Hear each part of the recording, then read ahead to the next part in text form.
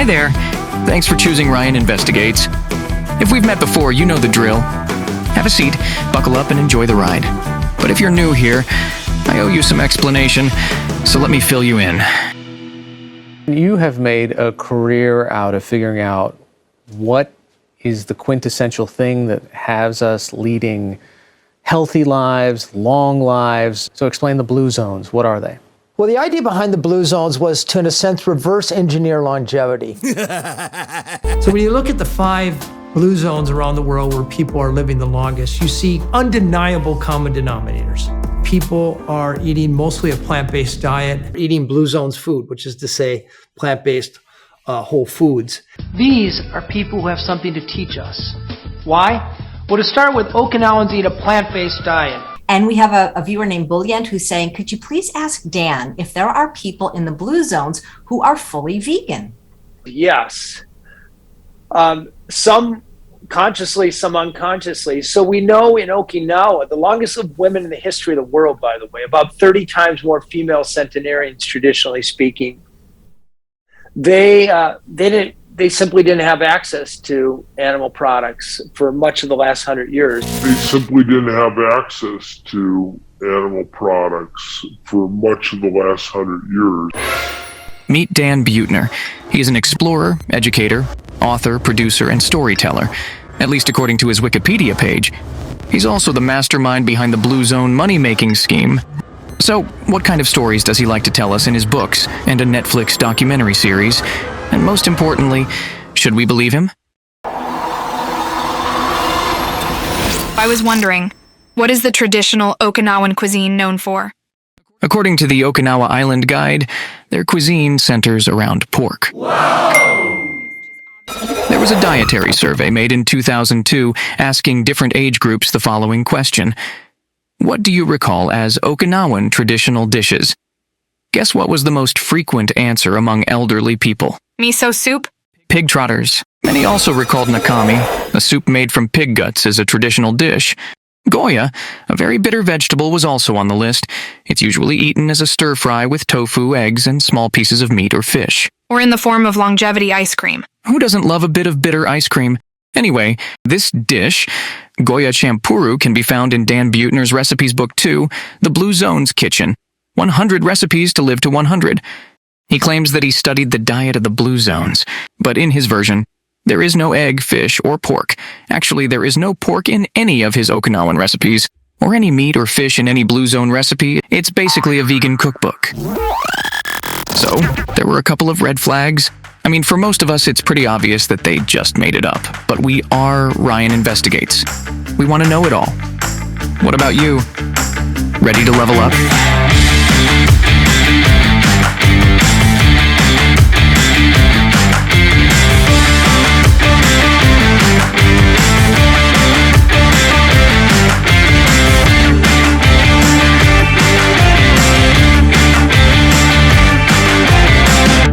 Dr. Know-It-All. There's a lot of fiction and wishful thinking around the Blue Zones, especially Okinawa. Can you help us uncover the truth once and for all? Certainly. What do you want to know? We'd like to find out what Okinawan people ate throughout the history and especially in more recent times. Life was never easy on these islands, as resources were quite scarce. In prehistoric times, deer and wild boar sustained small hunter-gatherer communities in inland areas, while most people had a maritime lifestyle near the coast, relying on the sea to survive. Not the kind of lifestyle Dan Buettner would write a nice book about, I suppose? They probably ate seaweed, nuts, fruits, maybe some roots, but also plenty of animals. The archaeological excavations unearthed a vast quantity of shells, fish bones, and the bones of sea mammals. There are hundreds of such sites. The bones were also used to make ornaments like charms, amulets, hairpins, bracelets, and arrowheads or fishing tools. The world's oldest fishhooks were actually found in a cave in Okinawa. They also found evidence of eels, frogs, fish, crabs, and small mammals, which had been charred, suggesting consumption by humans. So, they were omnivores, just like everyone else on Earth at that time. No one was eating plant-based back then. No, of course not. Okinawans have a long history of seafaring. Fishermen used to go as far as Taiwan and even the Philippines. When they returned with their catch, it was the job of their wives to peddle the seafood from house to house in the villages. Did you say they were eating sea mammals? That's right. The meat of porpoises, pilot whales, and dugongs was an important food source until the beginning of the 20th century. How did they catch them? Boatmen herded the animals into a bay, and when they reached the shallows, people jumped in with ropes, harpoons, and knives to finish them off. It was an important community event. They have an old custom of hunting the porpoise. Yes, it's a hunt. They don't fish for them. Beating on iron pipes apparently scares the poor creatures who proceed to make for the shore. This, of course, is just what the Japs want, because the local opinion is that a porpoise makes the best of meals for a whole lot of people. Once on the beach, it seems there's absolutely no fight left in the big mammals. They just give themselves up. It looks almost too easy. That's kind of brutal. Or maybe I'm one of those people who became too squeamish to see where food comes from. It's an ancient way of hunting that is still practiced in some parts of the world. What about Okinawa? There's a 1969 National Geographic article describing such an event when 189 animals were killed in a single day, but it's not practiced anymore. It's definitely an interesting story, Doctor. But I think our viewers are eager to hear how pork became the favorite food of the nation. Can we talk about this? Okinawa is part of Ryukyu Archipelago, a chain of small islands between Taiwan and Japan. I heard that they were not part of Japan until 1879. That's correct. Okinawa and the small islands near it formed an independent monarchy called the Ryukyu Kingdom before it was annexed by Japan. We're learning history, Mandy. Isn't it cool? So, the islands are composed predominantly of basalt and limestone, which meant that due to poor soil fertility and water scarcity, only a limited number of grains were traditionally cultivated. And the pigs? Please, Doc, we've been waiting for the moment of truth for so long. I want to know it too. Please, tell us why Okinawa is the island of pigs. I'm getting there. The ancestors of Agu pigs were probably introduced from China during the 14th century, though archaeological records suggest that wild pigs were first domesticated around 6 to 10,000 BC. Wow, that's a lot of information. I hope you guys can follow it. As I said, pork was eaten since prehistoric times, but only wealthier people could regularly afford it. One of the reasons was the lack of sustainable pig feed, but this changed when Naha, the royal capital, became a center of trade with Japan, Southeast Asia, and China, which had many influences on food culture.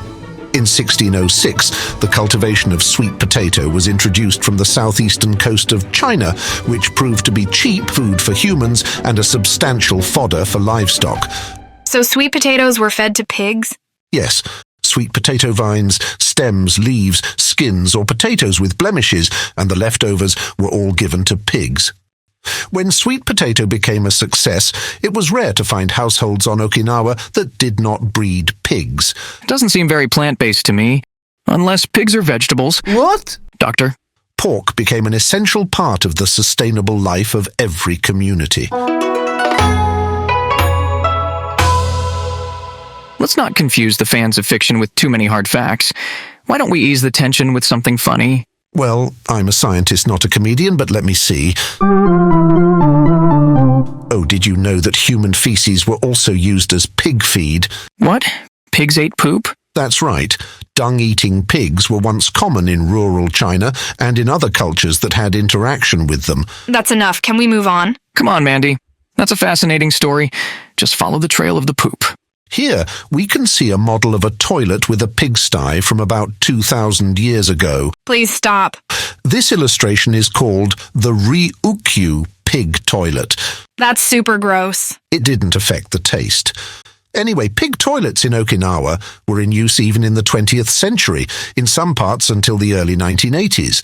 They believed that a deity called Furunukami dwells the pigsty. It was the most prestigious among the household deities, the one who can expel evil spirits. アグのね、在来種の種類のもとに作られたんじゃない。スペースが小さいです。ね。これどうやって使う？こっち豚がいますか？はい。ここに豚を買って。こうして。こっち。はい。トイレ。向こうに向こうに向こう向いて、はい向こう向いて、はい。そうこうですよ。やっぱりはいこっちを中心にですね。これ、はい。尿を出すでしょ。はい。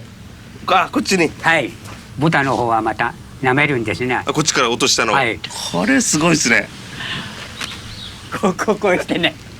お城の前に小さい豚だと小さいこの穴から顔出してはいはい。お尻を顔出して。もうな、はい直接。はい。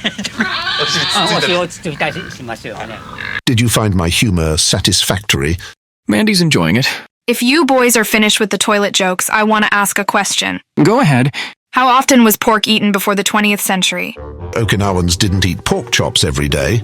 It was the main food accompanying the traditional festivals they celebrated throughout the year, several times a month. How many festivals did they have? More than 30 seasonal ceremonies and other important community and religious rituals.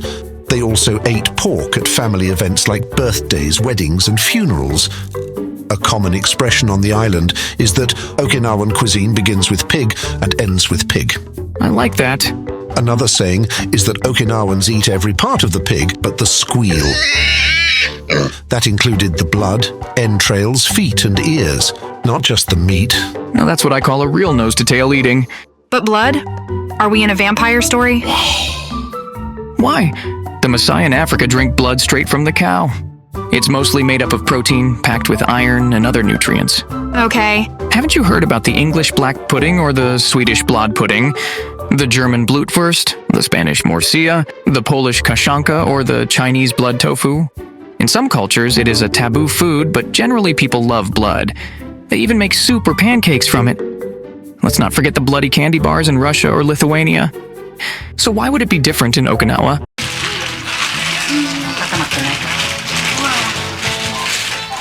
潰しときな。ここかな、豚の。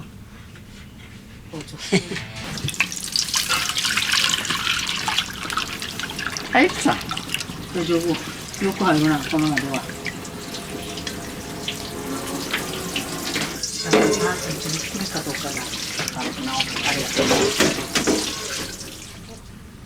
固まって。ね。これを食べると元気になって動きやすくなります。はい、出来上がりました。 Okay, you win. Now can you continue, Doctor? They also used pork and fish broth in many traditional dishes. Another well-known fact is that before the invention of cheap, mass-produced seed oils, people used animal fat to cook with. In Okinawa, it was lard. Which probably made the bland, sweet potatoes more palatable. Breeding pigs was the responsibility of women, and producing fat pigs was regarded as one of the highest virtues for housewives. The Netflix documentary didn't go into these details for some reason. I think the main takeaway here is that you cannot talk about sweet potatoes without mentioning the swine culture, right? We all know very well what the main takeaway is. Let's see what else they left out. As I said, pork wasn't eaten every day before the 20th century. They were poor farmers that simply couldn't afford meat with every meal. Their diet was very simple, similar to the diet of Irish peasants in the 19th century, where the bulk of the diet was potatoes. The difference is that in Okinawa, the fat used for cooking was traditionally lard, not butter. Must be fun eating 4 pounds of sweet potatoes every day, but whatever. It was just how poor people ate in the old times. There were days when they ate nothing but sweet potatoes.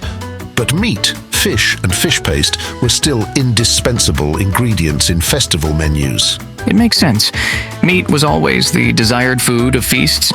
Potatoes to fill your stomach when you're working on the fields, and piggies for the happy days. Oh, I see. This is where Buettner and his acolytes twisted their story. They kept what supported their agenda and ignored the rest. A classic case of pseudo-history. It has some basis in reality, but as a whole, it's a total bunk. Even if they only slaughtered 1 or 2 pigs and goats per year and preserved it in salt, that's still a whole lot more meat per person than the plant-based shills believe in religiously. And why wouldn't they have eaten meat when they had a chance? First, it's very nutritious. Second, it was a sustainable system. Pigs ate the leftovers and the inedible parts of plants, which would have gone to waste. And last but not least, pork tastes 1,000 times better than sweet potatoes. No wonder they have so many traditional pork recipes. Can't say the same about sweet potatoes. Coincidence?